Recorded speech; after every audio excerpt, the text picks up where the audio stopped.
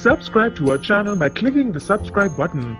Click the bell button and enjoy the latest uploads from our channel. Hi friends, नमस्कार। Welcome to hungry spirits channel. स्वागत है आपका आपके अपने channel hungry spirits में।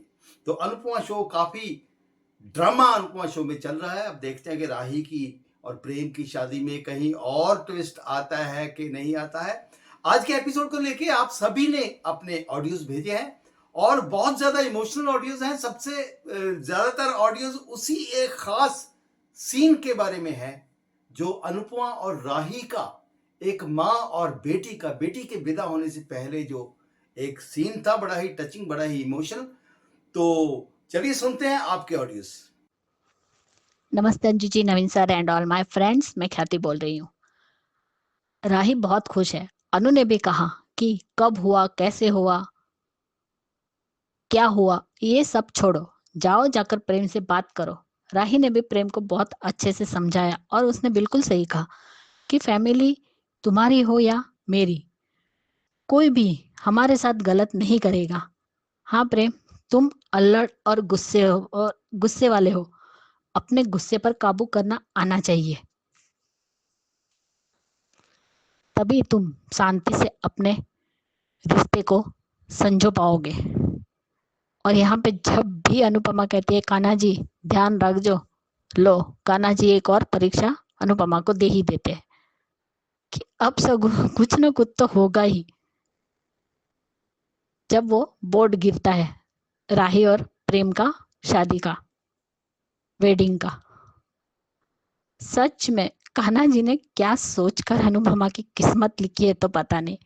खुद ही चुनौतियां पे चुनौतियां देते जाते हैं और उस चुनौतियों से लड़ने की हिम्मत भी देते हैं, हारने नहीं देते अनु को। और यहाँ पे राही और प्रेम की बातें भी सही थी। आज कोठारी हाउस में भी अच्छा लगा, सही कहा अपराग ने कि शादी बड़ी हो या छोटी हो, लेकिन काम बहुत रहता है शादी वाले घर में। वेडिंग वाले को भी, वीडियो वाले को मना किया, उसके लिए याद दिलाया, नहीं दिलाया। तब ख्याति कहती है मैं भूल गई, फोन करती हूँ। और मीता ने भी सारे दुल्हन की चीजें उत्तम क्वालिटी की चूज की है। अच्छी बात है, अच्छा था वो भी सीन। लेकिन यहाँ गौतम, बाप रे, इतना गुस्सा पंचिंग बैग पे उतार रहा है। क्या करेगा बेचारा, उसका आइडिया फ्लॉप जो हो गए दोनों के दोनों। पहली बार चाटा खाया, दूसरी बार मंदिर में भी बेचारे को हार का मुंह देखना पड़ा। लेकिन ये तो वक्त ही बताएगा गौतम कि कौन किसका जीना हराम करता है, क्योंकि तुम्हारे जैसे घटिया आदमी को सीधा करना राही को बहुत अच्छे से आता है। कोई भी बदतमीजी की ना तो आगे चल के अनुपमा के हाथ का भी थप्पड़ तुम जरूर खाओगे।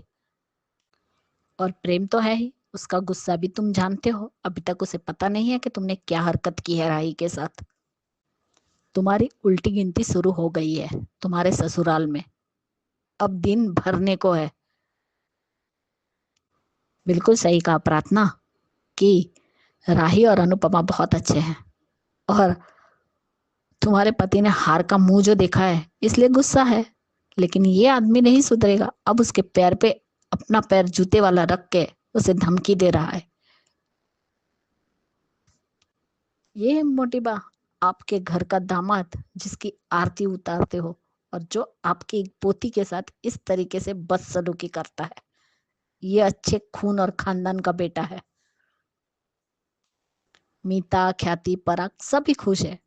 और अब तो मीता ने भी प्रेम के लिए बहुत अच्छी शेरवानी चुनी है। लेकिन प्रेम अनुज की शेरवानी पहन के आता है, तब मीता पूछती हो कि ये कौन सी है।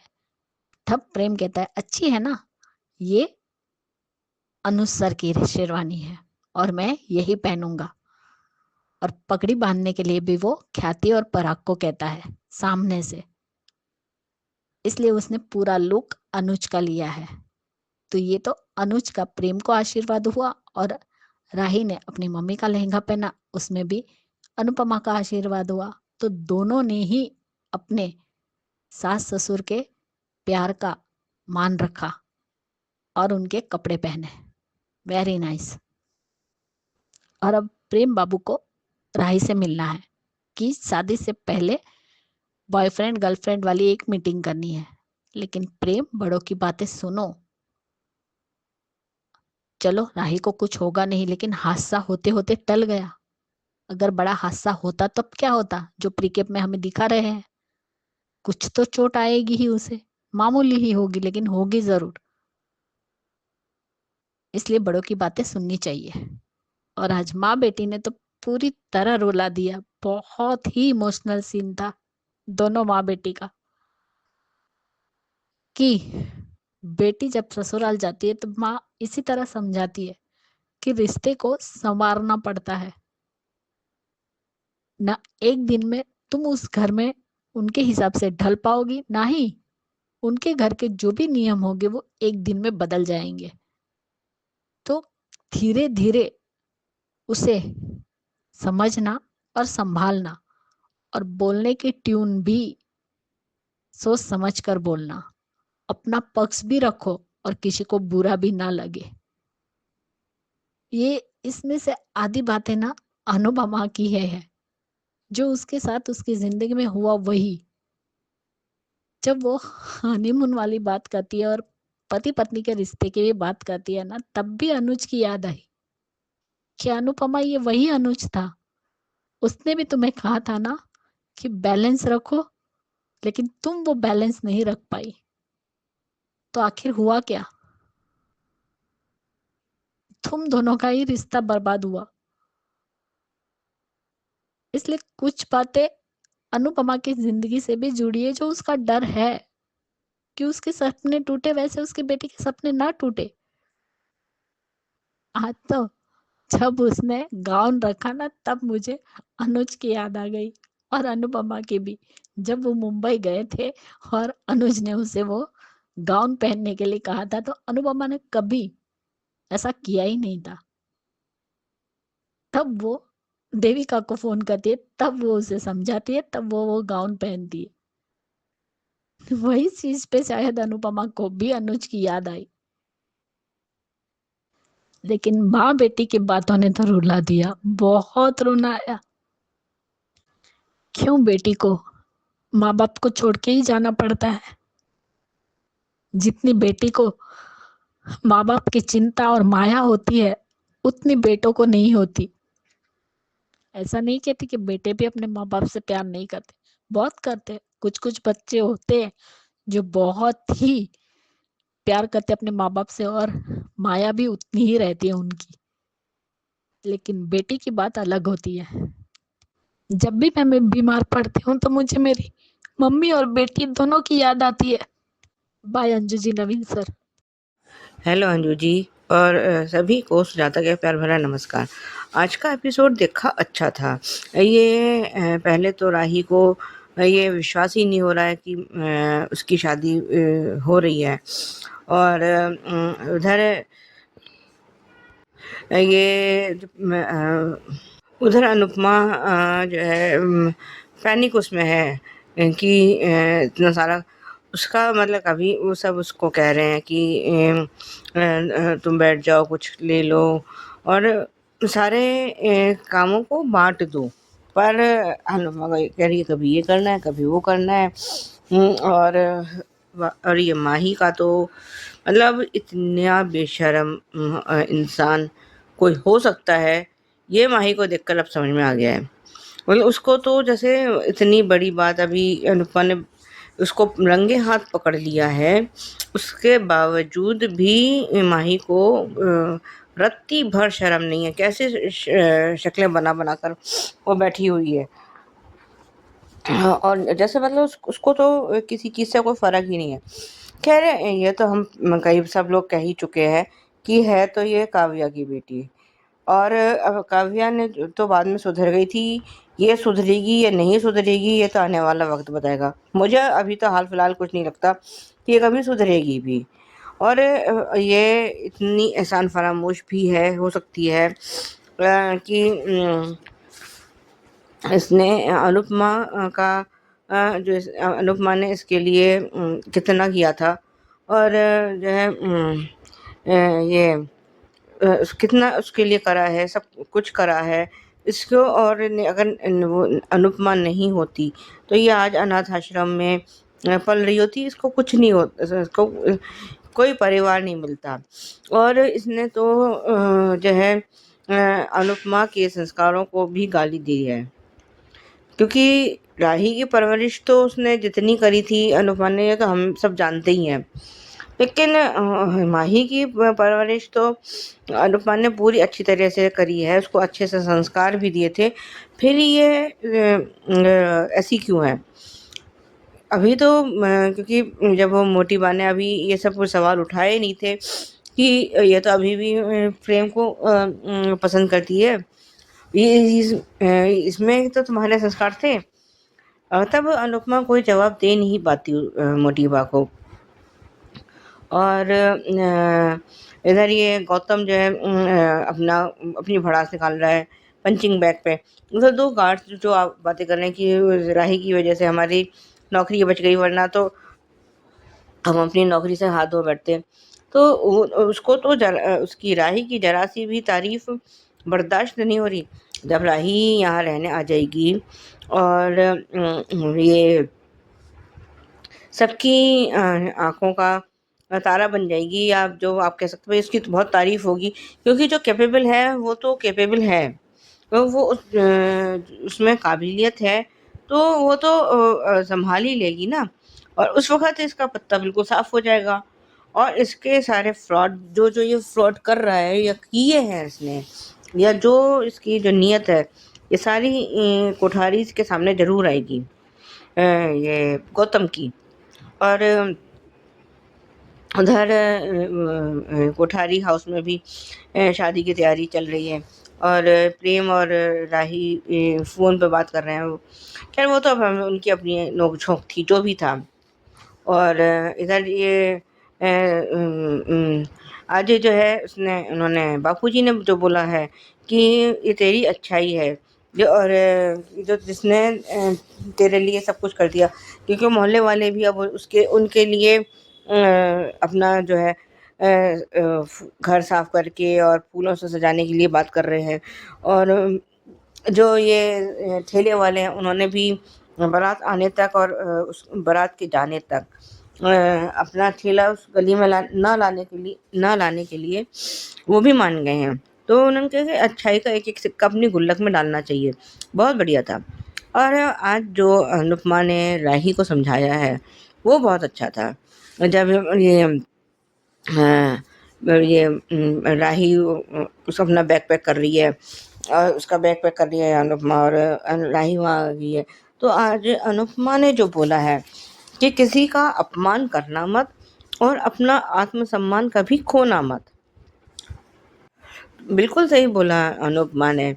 और रिश्तों को संभाल के रखना, और प्रेम कभी ये नहीं है कि वो प्रेम को उसको बड़े बड़े उपहार चाहिए, छोटी छोटी चीज़ों से भी रिश्ते को खास बनाया जा सकता है।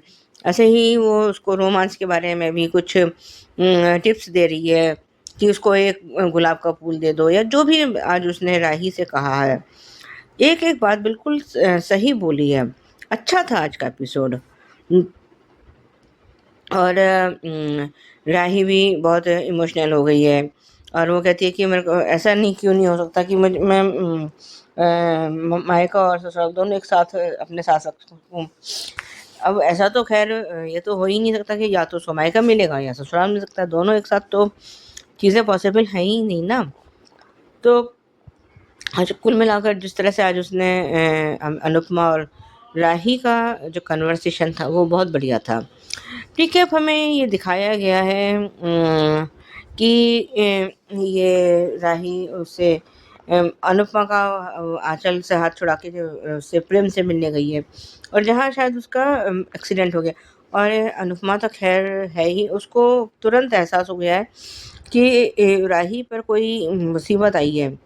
और वो मतलब हॉल में या बाहर आके वो राही राही बोल रही है, तो सब लोग आ गए हैं। और आज के लिए अभी बस इतना ही। धन्यवाद। नमस्ते अंजू मैम, नमस्ते नवीन सर और मेरी सभी फ्रेंड्स को रेखा सक्सेना की नमस्ते। राही हैरान और खुश अपनी और प्रेम की शादी का बोर्ड और शादी की तैयारी देखकर, और अनुपमा उससे भी ज़्यादा खुश क्योंकि हर माँ का अरमान होता है अपनी बेटी को दुल्हन बने देखना। इतने स्पीड ब्रेकर के बाद राही और प्रेम की गाड़ी अब समतल सड़क पर। कान्हा जी अब और कोई हर्डल ना आए और दोनों परिवारों में युद्ध स्तर पे शादी की तैयारी। जहाँ अनुपमा के तो मानो पंख लग गए, वो सारे काम खुद ही कर लेना चाहती है। वैसे भी अनुपमा के लिए ये राही की शादी उसके जीवन में बेटी की शादी करने का एकमात्र मौका है और वो इसको खुशी खुशी करना चाहती है क्योंकि पाखी ने तो भाग कर शादी की थी। अनुज होता तो बात अलग थी। डिम्पी की शादी में अनुपमा घराती की जगह बाराती बनकर आई क्योंकि माया की वजह से वो किसी रीति रिवाज में भाग नहीं ले पाई। वहां सब कुछ अनुज ने संभाला। दूसरी बात, अनुपमा के प्रिय बेटे समर की शादी थी और समर की शादी में अनुपमा खुद बटी हुई थी। एक तरफ गुरु मालती देवी की शिष्या के रूप में अमेरिका जाने की तैयारी और दूसरी तरफ समर की शादी और तीसरी तरफ अपने ही घर पर माया का कब्जा, साथ ही माया की अनुज पर कब्जा करने की कोशिश। लेकिन आज एक बात अच्छी लगी कि आज सच में अनुपमा की अच्छाई का फल मिल रहा है।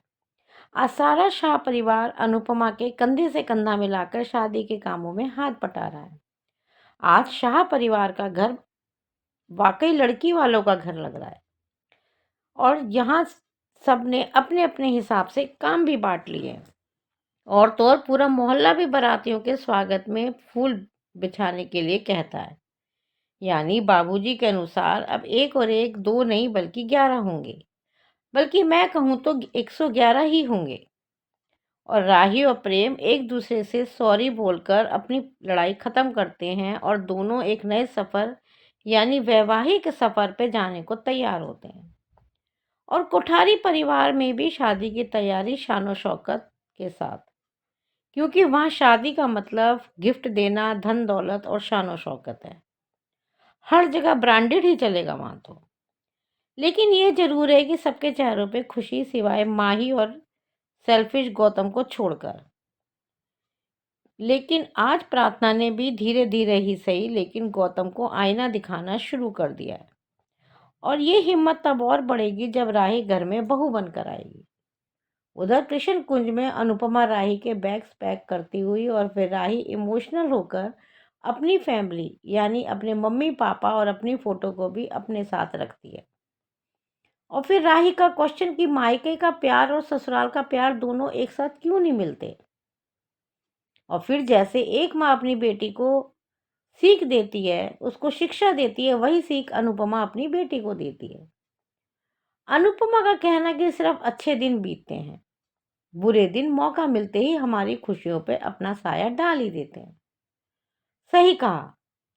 और उसकी सीख की कल की वजह से आज को कभी खराब मत होने देना। यही सब तो अनुपमा के साथ हुआ था। उसकी हंसी खुशी वाली जिंदगी में भी कल का यानी शाह परिवार का साया पड़ ही गया था और साथ ही शादी के बाद की जिंदगी की अहमियत भी बताती है।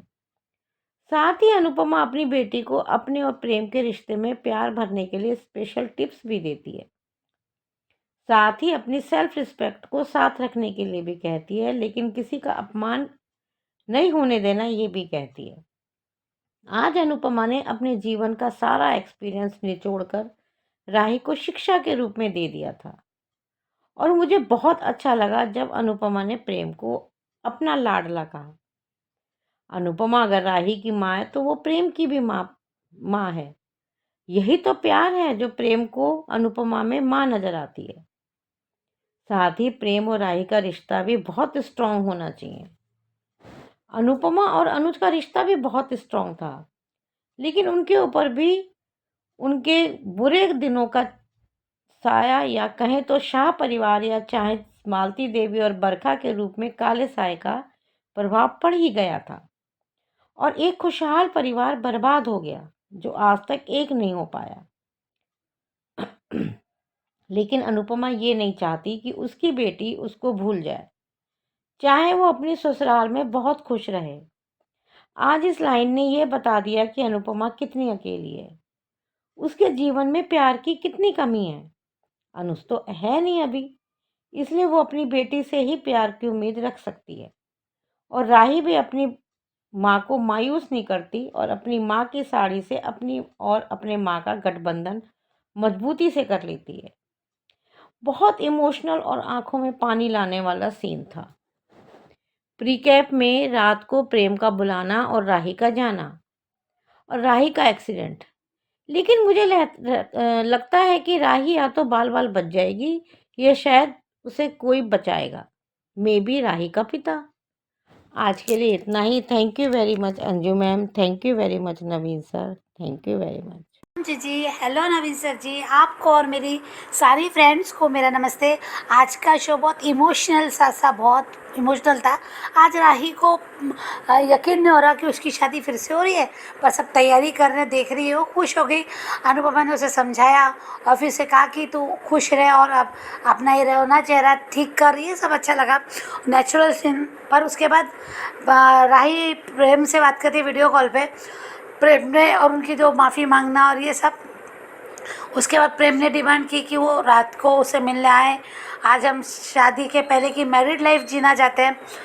अब वो राही ने उसको पहले बताया कि नहीं आ सकते, पर प्रेम जीत पे कि उसे मिलना है, कुछ भी हो मिलना है। अब यहाँ बोटी बा ने बा ने आवाज़ दे दिया राही को, तो राही को जाना पड़ा। पर यहाँ पे हमने देखा कि सब लोग बहुत अच्छे से शाह परिवार में तैयारी कर रहे हैं, हर कोई की तैयारी कर रहा है, यानी किंजल पाखी तोशु भी अच्छा कर रहे हैं। अब वो तो खुश है, पाखी तोशु तो खुश होने वाले हैं क्योंकि इतने बड़े परिवार से रिश्ता बनने वाला है और वो अपनी सेटिंग कहीं ना कहीं कर चुके हैं। पर किंजल वगैरह सब मोहल्ले वालों भी मदद अनुपमा की आज उसने, किंजल ने तारीफ़ की कि आपकी अच्छाइयों की वजह से आज मोहल्ले वाले भी बहुत मदद कर रहे हैं। और सबने कहा कि आप चिंता मत करो, हम सब मिलके कर लेंगे। अच्छा लगा, हर कोई अपना अपना काम कर रहा है, ईशानी से लेके परी से लेके अंश से लेके सबने अपने एक एक काम बांट लिए। अच्छा लगा, बहुत अच्छा लगता है ये सब देख के वाकई में। मतलब शाह परिवार कैसे भी है, बुरा लगता है, पर फिलहाल शाह परिवार सिर्फ शाह परिवार जैसे उनको यानी टॉर्चर नहीं कर रहे, कुछ नहीं कर रहे, तो फिलहाल वो अच्छा लग रहा है। पर यहाँ जैसा हमने देखा कि अनुपमा बैग पैक कर रही है और वहाँ पे राही का आना, वो सारा सीन आज तो बहुत इमोशनल था। माँ बेटी का वाकई में वो आगे में आंसू आ गए, जैसे अपनी बेटी विदा हो रही, वाकई में बहुत इमोशनल था वो सीन। और राही का ये कहना कि मुझे अनुपमा का कि तेरा आखिरी दिन है और फिर मेरा हक और तेरा हक किसी और पे हो जाएगा, ये सब वाकई में बहुत था इमोशनल कर गया वो सीन। और उसके बाद फिर एक एक सीख, एक एक बात अनुपमा की अपनी बेटी को समझाना आराम से, प्यार से, अपने तरीके से। मेरे ख्याल से हर माँ समझाती है अपनी बेटी को उस समय जब उसकी शादी होने वाली होती है। पर मुझे अनुपमा के तरीका बहुत अच्छा लगा, बहुत अच्छे से समझाया कैसे, यानी वो बहुत नेचुरल लगा यार वो सीन, बहुत अच्छी एक्टिंग लगी। कि जब अनुपमा प्रेम से साथ उसके रिलेशन को, रोमांस वाली बातें, ये सब उसको जब कह रही थी ना, तो बेटी शर्मा रही थी, माँ हिचकिचा रही थी। वाकई में बहुत सही था वो सीन, मुझे बहुत अच्छा लगा। और उसके बाद जब कहा कि तुझे यानी हमारा बीता हुआ जो गुजरा हुआ कल है उसकी छाया नहीं जाती, वो परछाई की तरह रहते हैं, कभी जब आता है तो हमें खुशियों पे छाते हैं, तो तुझे उसे लड़ना है बेटा, हमारी मेरा गुजरा हुआ कल तेरा गुजरा हुआ कल। वो बात बहुत सही कही। पर जब ये बात सुन रही थी ना मैं, तब मुझे लग रहा था कि ये सब अनुपमा जैसी है, लग रहा था कि जो राही का हमेशा इशू था प्रायोरिटी को लेके। तो यहाँ अगर एक बात ये रख ले उस बात को कि प्रायोरिटी, तो उससे फिर आप प्रेम को प्रायोरिटी देना चाहिए। कि प्रायोरिटी नहीं देगी तो क्या होगा, जैसे उसको लगता है ना, एक उसके मन में इतने इशू थे ना प्रायोरिटी को लेके, तो यहाँ प्रेम के मन में प्रायोरिटी वाली बात यानी इसे राही के मन में आना चाहिए, तभी शायद कुछ हो जाएगा, बैलेंस होगा या कुछ भी। तो यहाँ अनुपमा की सीख अब तो अनुपमा दे रही है, ठीक है, अब क्या है, राही अच्छी लड़की है, राही परिवार को लेके जानना चाहती है, वो हम सब अच्छा देख रहे हैं। पर यह मोटी बा ने शायद हमने कल भी देखा था कि कैसे मोटी बा पंख नहीं उड़ने देगी राही को। तो और गौतम का सीन दिखाया कि गौतम चिढ़ रहा है, वो जो गार्ड खड़े उन लोग भी खुश हो गए, गार्ड लोग जो कोठारिया उसके, उनको भी वो भी खुश है कि राही मैडम आ रही है, तो राही मैडम बहुत अच्छी है। बड़े साहब से हमको बचाया, हम पार्टी कर रहे थे तो, पर गौतम को ये बर्दाश्त नहीं हुआ, गौतम ने उन्हें डांट के भगाया। प्रार्थना ने आके उसको कहाँ समझाया कि अभी अभी आ रही है, वो बहुत अच्छे, उनके साथ अच्छा ही है, पर वो कहाँ सुनता, उसने टॉर्चर किया। जैसे देखा कि सब लोग हैं तो किस टाइप से पैर उसके पैर पे रखे, जूते भरे, पैर इतना गंदा लगा वो सब देख के। प्रार्थना को कैसे यहाँ ये चलेगी कहानी। अब यहाँ पर घर में भी जो सीन बाका वो सीन अच्छा लगा मुझे कि यहाँ पे बा ने जो बोला, बा जो बोलती है वो सही होती है। बा ने जैसे राही गिरने वाली होती है तो बा ने कहते कि एक एक कदम तुझे फूक फूक के चलना है, तो वाकई में आने वाली ज़िंदगी में राही कदम फूक फूक के चलना है, बहुत ज़रूरी है। बाकी ये बात गार्ड बांध लो तो बहुत ज़्यादा अच्छा रहेगा। और उसके बाद हमने देखा कि अभी जो सीन तो कम लंबा था, पर जो रिकैप में दिखाया, आज नया रिकैप दिखाया है कि राही प्रेम से मिलने जाती है और वो एक्सीडेंट, तो अनुपमा भी डर जाती है, उसको भी बुरा ये लगता है। तो यहाँ पे अगर ऐसा होता तो फिर राही की यानी प्रेम दूल्हा क्यों बनता है, शादी की तैयारी की होती, तो शायद कोई है जो उसे बचा लेगा। पूरा एक्सीडेंट होते हुए नहीं दिखाया, बस ऐसे वो टकराते ऐसे दिखाया है, तो कोई है जो बचा लेगा। और जो हम बता रहे हैं कि मनीष गोयल, तो शायद वो कोई कैरेक्टर में आए, तो ऐसा कुछ हो सकता है।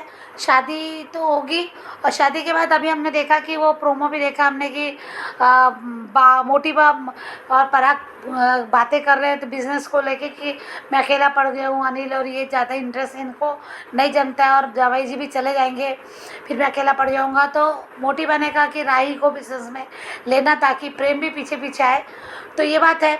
अब राही के साथ क्या होगा, अच्छा या बुरा, इस बिज़नेस का कैसे करेगी वो तो अलग बात है, वो तो हम जानते हैं कि क्या हो सकता है उसके साथ। पर यहाँ सबसे बड़ा अगर बैंड बजेगा तो गौतम का, अगर ये बिज़नेस में आ गई तो गौतम की तो खैर नहीं, वो सारा काला चिट्ठा, इसकी बुराई, गलतियाँ, ये सब निकालेगी। हमने देखा था अन्नू की रसोई में भी उसने कैसे कैसे ढूंढ के क्या क्या निकाला था, तो यहाँ राही ये करते हुए नजर आएगी, तो गौतम की बैंड जरूर बजेगी। तो देखते ये तमाशा होगा, तो देखते हैं अभी शादी कैसे होती है, कितने टाइम लगता है। और thank you so much Anju ji, thank you so much Naveen sir. नमस्ते अंजू जी, नवीन जी। ये सुचि रवि अनुपमा के लिए, अम, अनुपमा ने जो जो कहा है राही से 100% सही है। रिश्ते रोज थोड़ा थोड़ा बनाना पड़ता है।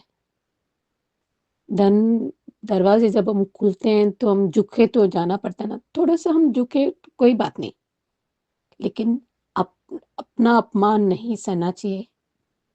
और अहम और आत्मसम्मान बहुत सही समझा है। दूसरों को अपमान करे वो अहम हो जाता है, खुद अपना अपमान नहीं सहना चाहिए। और हर लड़ाई लड़ना जरूरी नहीं है। अपने लिए और पति के लिए दोनों को छोटे छोटे, जैसे फूल या अपने वॉक के लिए, या दोनों एक साथ कॉफी पी ले, दोनों रिश्ते थोड़ा थोड़ा बनाना पड़ता है हर रिश्ते में। और हर रिश्ते में दोस्ती बनाना चाहिए, अपनापन दिखाना चाहिए, अपना मानना चाहिए, अपना समझना चाहिए कि वो मैं उसके लिए, कि वो भी मेरे लिए नहीं, बिना एक्सपेक्टेशंस, बिना मतलब के मदद करना चाहिए सही कारण के लिए। और एक ही दिन सोच बदलता नहीं, वक्त लगता है। जैसे जो सुन के लिए लागू होता है वो हम खुद के लिए भी लागू होता है, इसलिए थोड़ा समझना चाहिए। और हर चीज गुस्सा दिखाना जरूरी नहीं है, और चीज लड़ना जरूरी नहीं है।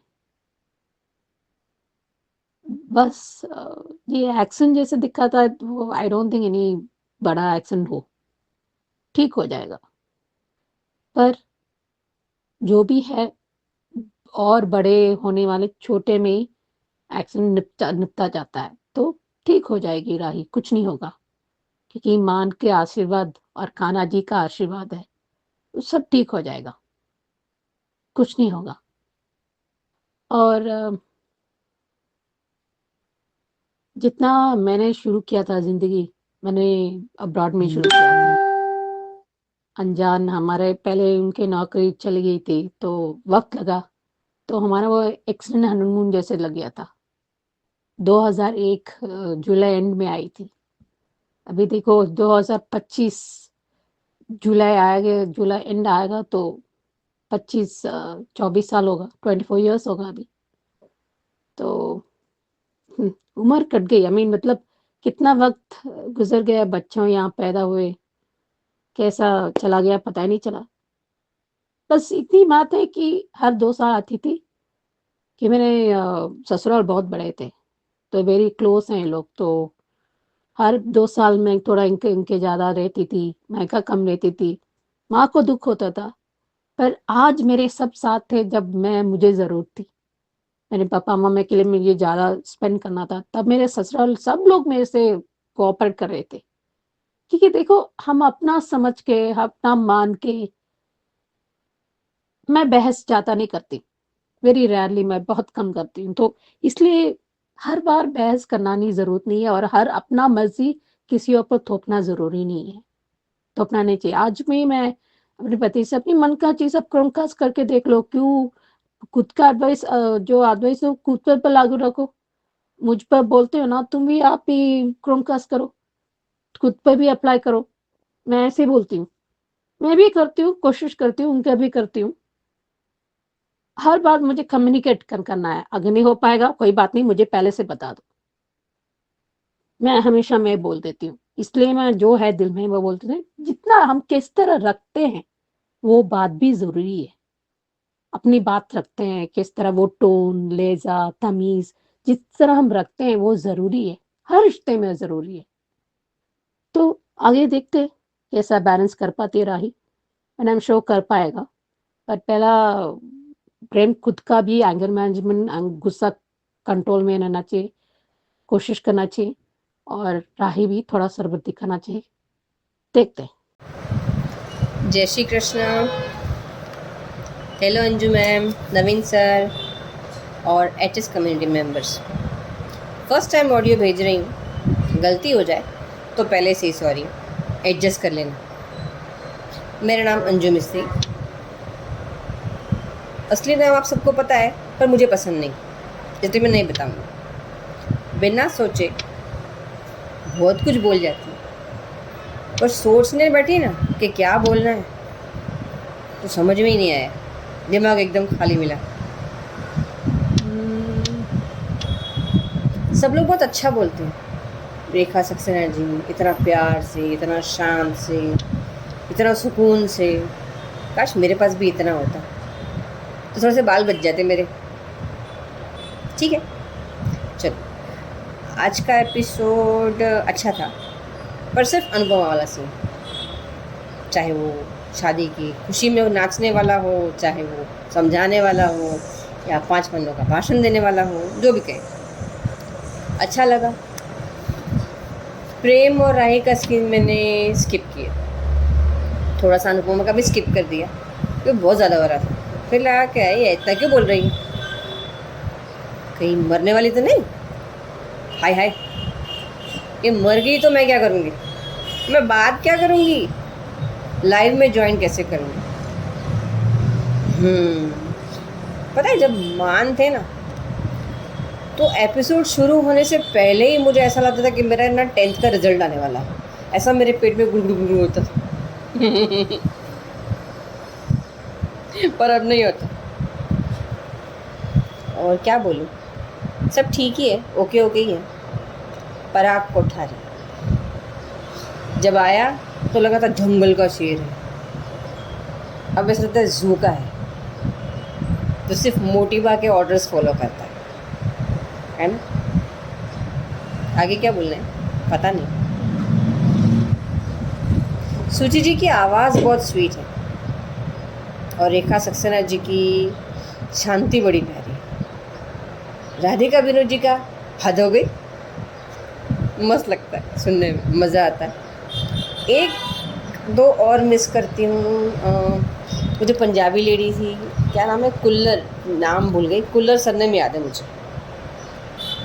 अब आगे क्या बोलूँ, मेरा तो ऑडियो पूरा होने आया। आपके लिए केक के फ़ोटो भेज रही हूँ, जो आपको पसंद आए वो belated happy birthday. Okay bye, कल बात करो।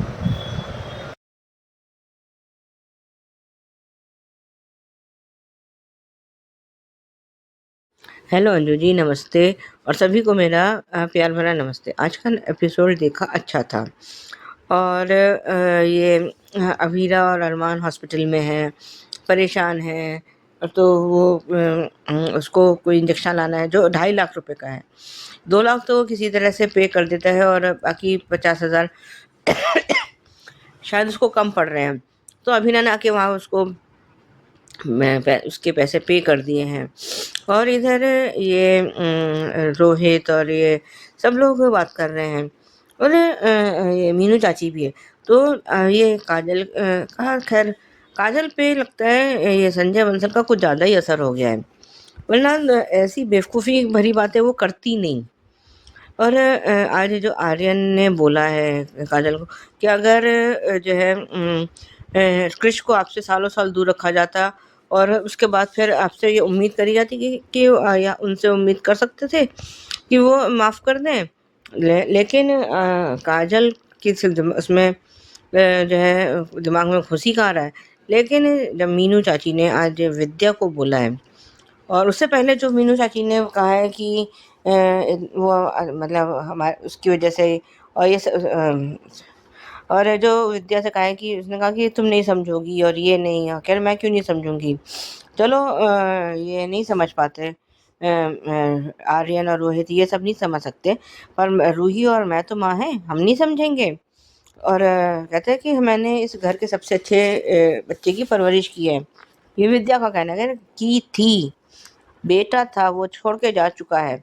और आज मीनू चाची का ये डायलॉग तो और भी बढ़िया था, जब उसने कहा कि आप तुम जेठानी सा आपने और जो मम्मी सा ने किया है उसे साजिश कहते हैं। बिल्कुल सही बोला। आज तो देख के मज़ा आया।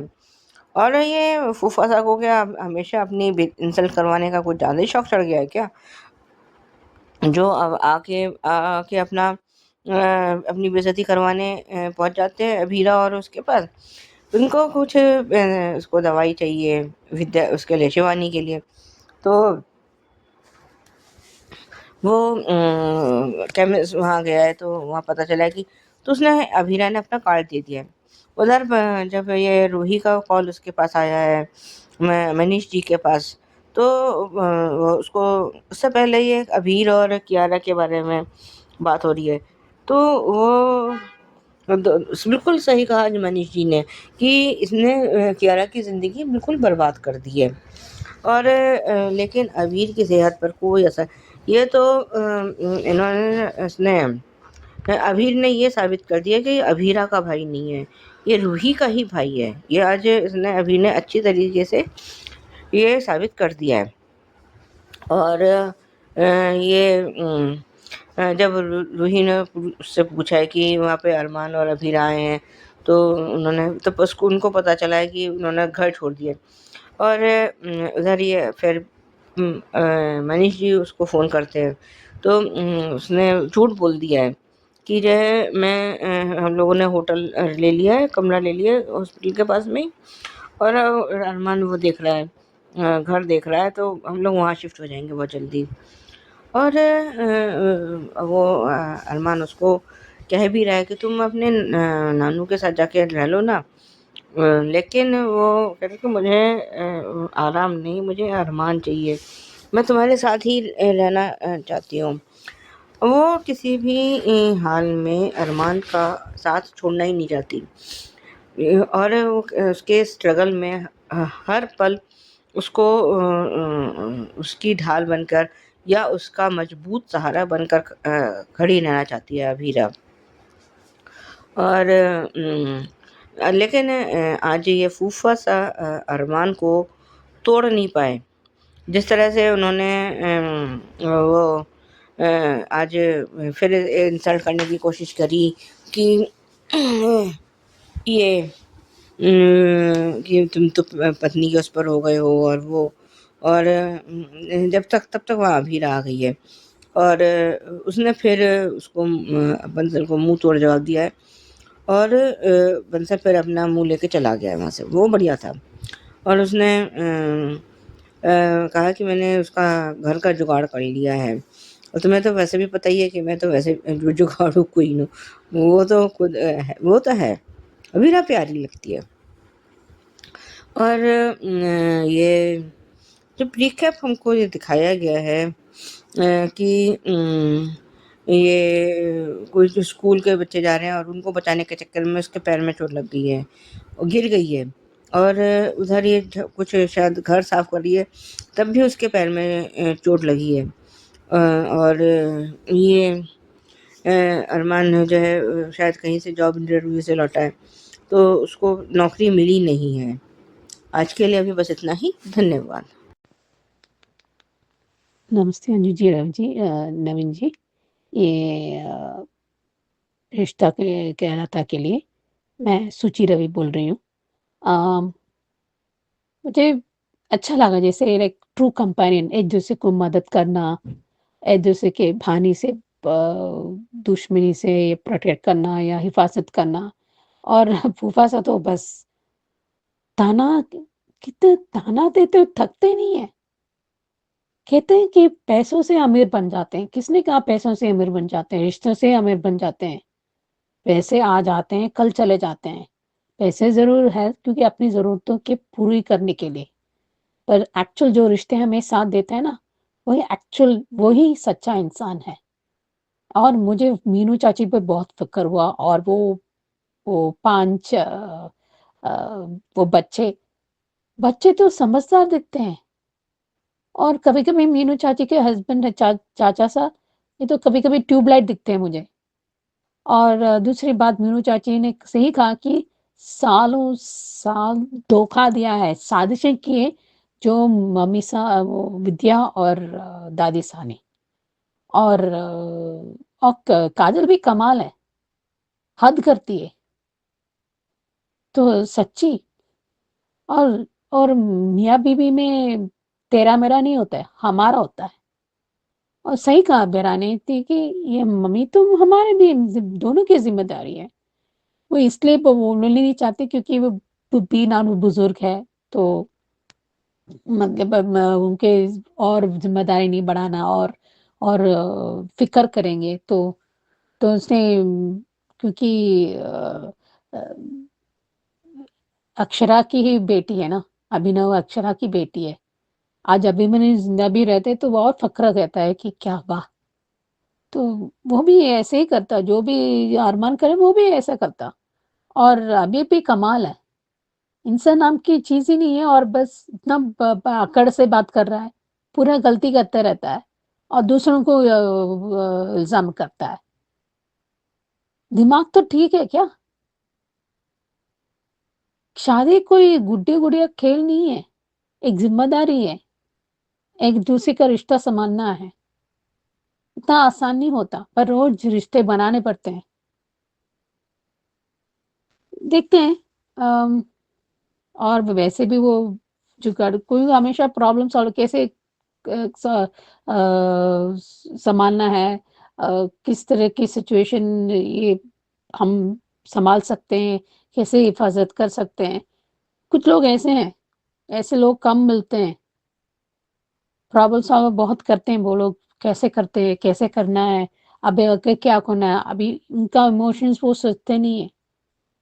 फिर बाद में आराम में आता है, क्योंकि एक तरफ सारे लोग कोलैप्स कर देते हैं इमोशनल में, तो प्रॉब्लम हो जाएगी ना। तो इसलिए कुछ लोग ऐसे भी हैं कि संभालते हैं हर सिचुएशन, और संभालने भी करना पड़ता है, कोई चारा नहीं है। Thank you.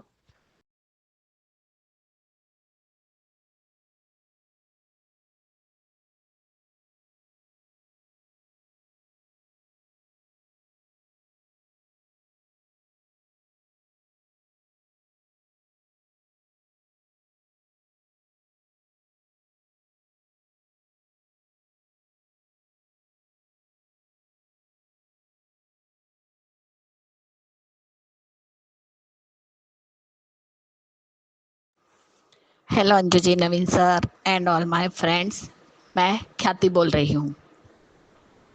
ये रिश्ता का एपिसोड देखा। अरमान और अबीरा दोनों ही शिवानी को हॉस्पिटल लेकर आए हैं। यहाँ पे इंजेक्शन चाहिए जो 2.5 लाख रुपए का है। अरमान के पास जो 2 लाख थे उसने वो दे दिए, लेकिन इंजेक्शन तब तक नहीं मिलता जब तक 50,000 रुपये और ना दे। वहाँ पे अबीरा ने पैसे दिए। और इंजेक्शन लगाया शिवानी को। और डॉक्टर ने भी कहा कि उन्हें कोई भी स्ट्रेस या उन्हें कोई भी परेशानी नहीं होनी चाहिए और टेंशन तो बिल्कुल मत दीजिएगा। तब दवाई लाने के लिए अरमान जाता है तो अबीर अपना कार्ड देती है कि ये लेकर जाओ और मम्मी की दवाई लेकर आओ। अरमान कहता है तुम्हारे पैसे, तब वो कहते हैं हम दोनों एक है, जो कुछ भी है हमारा है, तुम्हारा या मेरा नहीं। अबीरा हर कदम पे अरमान के साथ है। और सच में काजल तुम धन्य हो।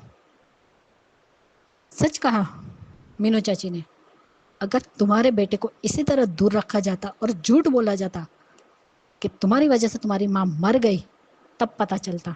लेकिन ये तुमने सहा नहीं है ना, तो तुम कैसे सोच पाओगी और कैसे दर्द समझ पाओगी शिवानी या अरमान का। काजल की बातें सुन के मीनू चाची ने जवाब दिया ना, बिल्कुल सही जवाब दिया है। काजल के अंदर अक्ल है भी या अपने पति के पास गिरवी रख दी है। सच में काजल, विद्या और कावेरी ने गलती की है। सही कहा मीनू ने कि गलती एक बार होती है, लेकिन बार बार जो होता है उसे गुनाह कहते हैं, और दोनों ने गुनाह किया है। तुम्हारी माँ और तुम्हारी भाभी दोनों ने अरमान के साथ गलत किया है और कावेरी के साथ शिवानी के साथ भी गलत किया है। डिफेंड नहीं करती हो तो ये डिफेंड नहीं करना हुआ तो क्या हुआ अपनी माँ और भाभी को कि गलती हुई। बैठ के बात करता, क्या बात करता, जो हुआ वो भूल जाता। जो इल्जाम उस पे लगा हर बार कि तुम्हारी वजह से तुम्हारी माँ मर गई, वो सही था। काजल का दिमाग है भी या नहीं। और अब रोहित तुम्हें पछतावा हो रहा है कि मेरा भाई मेरे घर से चला गया, मेरा आइडियल था, मेरे सब कुछ थे। सही कहा, आर्यन जैसे छोटे बच्चे को भी इतनी समझ है, कहता है कि जो हुआ उसके लिए हम उन्हें डिफेंड नहीं कर सकते। जो किया वो गलत किया अरमान भाई के साथ। वो किसी का फोन नहीं उठा रहा है, ना ही मैसेज का रिप्लाई दे रहा है। कैसे देगा, वो खुद ही अभी परेशानी में है। घर छोड़ने के बाद तुरंत ही शिवानी को हॉस्पिटल में भर्ती करना पड़ा। आज देखा जाए तो सच में रूही बहुत ही अच्छा उसका कैरेक्टर हो गया है। वो रोहित को हिम्मत दे रही है और कह रहे हैं कि हमें ये सोचना चाहिए कि वो दोनों ठीक तो है, उन्हें कमरा घर मिला या नहीं मिला। सही कहा मीनू कि माँ सा हर बार एहसान जताती रही, तब विद्या के मुंह में क्या दही जमा के बैठी थी, वो बोली क्यों नहीं। वेल डन मीनू चाची, क्लैप आपके लिए। और मनोज तुम कैसे कह सकते हो कि वो बताना चाहती थी लेकिन नहीं बता पाई हो, खोने के डर से। खोने के डर से इंसान इतना बड़ा झूठ और इतने सालों तक झूठ नहीं बोलता है। सही कहा आर्यन बेटा कि उनकी मिस्टेक को जस्टिफाई नहीं कर सकते। वाह विद्या, आदर्श बेटा तुम्हारी वजह से बना है, तो उसके साथ गलत क्यों किया। वाह मीनू, बिल्कुल सही कहा कि अब वो आदर्श बेटा क्या इस घर का बेटा तक नहीं रहा, और ये सब कुछ इसके गुनहगार आप और माँ साथ दोनों हैं। सही मुंह तोड़ जवाब दिया है मीनू ने विद्या को। शिवानी को भी डॉक्टर ने आराम करने के लिए कहा है। और यहाँ पे रूही ने फोन किया कि बिना नो अबीर आई है कि आपके यहाँ। तब वो शॉक हो जाते हैं और तब वो बताती है कि अरमान, अबीरा और शिवानी माँ ने घर छोड़ दिया है, लेकिन वो वहां भी नहीं गई है। और आज मनीष गोयंका ने अबीर से जो कुछ भी कहा ना, बिल्कुल सही कहा है। शादी 11 से की और अब हाथ पे चारों का नाम दिख रहा है। इससे इसने 3 जिंदगियां बर्बाद की है अबीर ने। 11 तो बच्ची है ही, जब तक उसे पता चलेगा तब तक वो बहुत देर हो जाएगी, क्योंकि उसका दिल तो टूटना ही है, आज नहीं तो कल। क्योंकि अबीर 11 को पत्नी मानता ही नहीं है, तो शादी किस लिए की और किस बात की अक्कड़ और गुस्सा दिखा रहे हो अबीर। गलती तुम करो, कोई तुम्हें समझाए वो तुम्हें पसंद भी नहीं आता है। किस बात का इतना इतना ईगो भरा है तुम्हारे अंदर।